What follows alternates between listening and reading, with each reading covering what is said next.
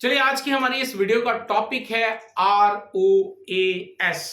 अब ये क्या होता है और कैसे काम करता है हमारी लेयर 2 या लेयर 3 टेक्नोलॉजी के अंदर, और ये CCNA का टॉपिक जो है वो कैसे है, जानने के लिए वीडियो को अंत तक जरूर देखिएगा। मेरा नाम है मंजीत सिंह और आप देख रहे हैं आपका अपना चैनल टेक गुरु मंजीत। तो सबसे पहले मैं आपको बता दूं, ROAS यानी कि राउटर ऑन अ स्टिक, इसको बोला जाता है router on a stick. So basically what is router on a stick?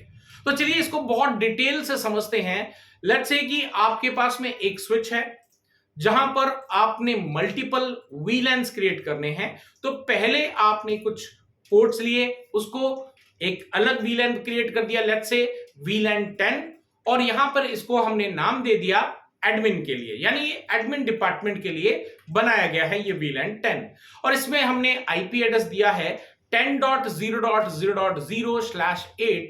Classful class ए का आईपी एड्रेस हमने इस वीलैन को असाइन किया, और इसके साथ में हमने एक कंप्यूटर कनेक्ट करा जिसका आईपी एड्रेस है 10.0.0.2/8।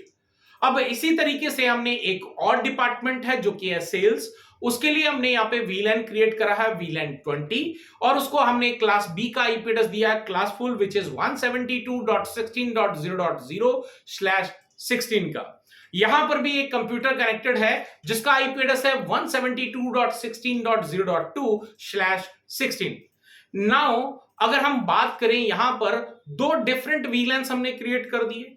अब मैं चाहता हूं कि ये दोनों ही कंप्यूटर्स आपस में कम्युनिकेशन कर सकें, एक दूसरे को डेटा ट्रांसपोर्ट कर सकें। तो ऐसे में यहां पर लेयर 2 पे ये पॉसिबिलिटीज नहीं हो पाती हैं, क्योंकि यहां पे दो डिफरेंट वीलैन्स हो गए, यानी कि वर्चुअली हमने एक फिजिकल स्विच को वर्चुअली हमने क्या कर दिया, दो डिफरेंट स्विचेस के अंदर कन्वर्ट कर दिया है।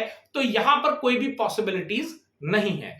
यहीं पर हम इस कॉन्सेप्ट का इस्तेमाल करते हैं जिसको कहते हैं router on a stick. So basically इसके लिए हमें चाहिए एक लेयर 3 डिवाइस। वो आपका स्विच हो सकता है, वो आपका राउटर हो सकता है, बट यहां पर मैं ले रहा हूं एक राउटर। अब इस राउटर से हम एक स्विच को कनेक्ट करेंगे केबल के जरिए।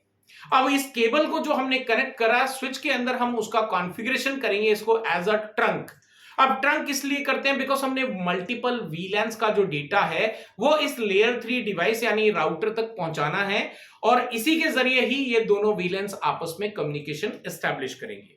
अब यहां पर एक और चैलेंज आ गया कि राउटर के ऊपर में हमारे पास जो केबल कनेक्ट करी है वो एक सिंगल पोर्ट पे है, और हमारे पास में वीलैन जो है वो दो हो सकते हैं, दो से अधिक भी हो सकते हैं, बट हमारे केस में, हमारे एग्जांपल में, as you can see on the screen, दो वीलैन्स हैं।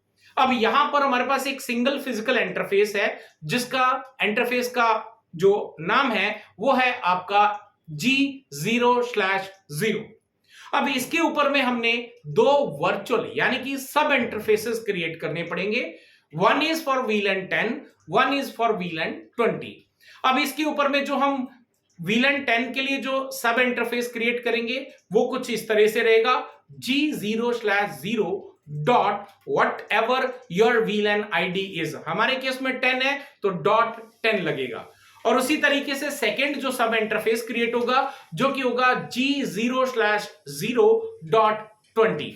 अब यहां पर ये जो सब इंटरफेस है इसको हम आईपी एड्रेस कॉन्फ़िगर करेंगे, लेकिन बिफोर दैट आपको आपके स्विच के अंदर जो भी एनकैप्सुलेशन है वो आपको यहां पे डिफाइन करना पड़ेगा। और जनरली हमारे स्विचेस के अंदर जो एनकैप्सुलेशन मेथड होता है वो होता है .1Q।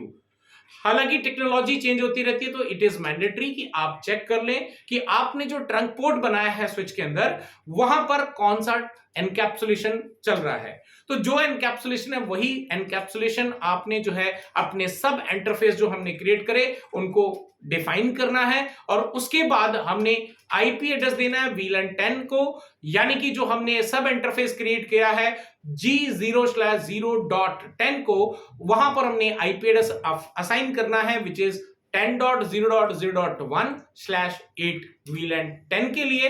और वहीं पे जो सेकेंड सब इंटरफेस है G0/0.20 उसको आईपी एड्रेस डिफाइन करना है 172.16.0.1/16। अब जैसे ही ये आप कॉन्फ़िगर करेंगे, अब आपका ये जो डेटा दोनों कंप्यूटर्स के बीच में कम्युनिकेशन करने के लिए, अगर आप इस्टेब्लिश करना चाहते हैं तो डेफिनेटली अब आपका ये पॉसिबल है। क्यों पॉसिबल है? जब आपका लेट्स से आपने जो VLAN 10 का कंप्यूटर है वहां से आप डेटा ट्रांसमिट करना चाहते हैं VLAN 20 को, तो जो डेटा आपका पहले जाएगा स्विच के अंदर, स्विच जो है उस डेटा को हैंडओवर करेगा लेयर 3 स्विच को, layer 3 device which is router in our case. तो राउटर जो है उसको आइडेंटिफाई करेगा, ओके इसको VLAN 20 के अंदर जाना है, तो वहां से वो उसकी हेडर इंफॉर्मेशन चेंज करके VLAN 20 के अंदर वापस से हैंडओवर कर देगा स्विच को।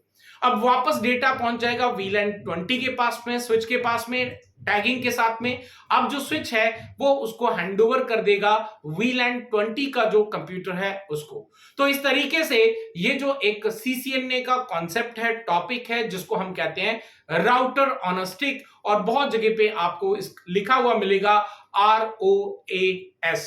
सो बेसिकली ये एक ऐसा कॉन्सेप्ट है, या फिर हम इन अदर वे हम इसको इंटर VLAN राउटिंग के नाम से भी आइडेंटिफाई करते हैं। सो गाइस, अगर आप जो है इस तरह के हमारे CCNA के कोर्स को मेरे साथ करना चाहते हैं, जहां पे इस तरह से बहुत ही डीपली जाकर जो है मैंने आपको एक्सप्लेन करा हुआ है complete CCNA 200-301 which is the latest syllabus of the Cisco, जो कि वर्ल्ड में सबसे ज्यादा डिमांड में रहता है कोर्स। अगर आप ये कोर्स जो है मेरे द्वारा सीखना चाहते हैं, आप चाहते हैं कि मैं आपको ये सिखाऊं, तो जल्दी से आप डिस्क्रिप्शन के अंदर लिंक दिया गया है हमारी official website which is tgmacad.com।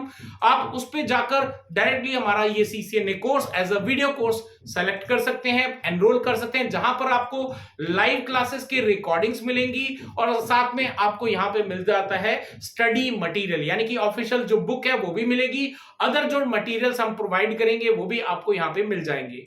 उसके बाद जो है आप अगर कोई भी डाउट आता है आप नोट कर सकते हैं, और आप जो है हमारी सपोर्ट टीम को रीच आउट कर सकते हैं आपके डाउट को क्लेरिफिकेशन करने के लिए। सो गाइस, आई होप कि आप आज का वीडियो आपको पसंद आएगा, पसंद आया तो लाइक करें, शेयर करें, और आपको मिलता हूं मैं एक नए टॉपिक के साथ, एक नए ब्रांड के साथ, एक नए वीडियो के साथ में। Till then stay safe, good bye.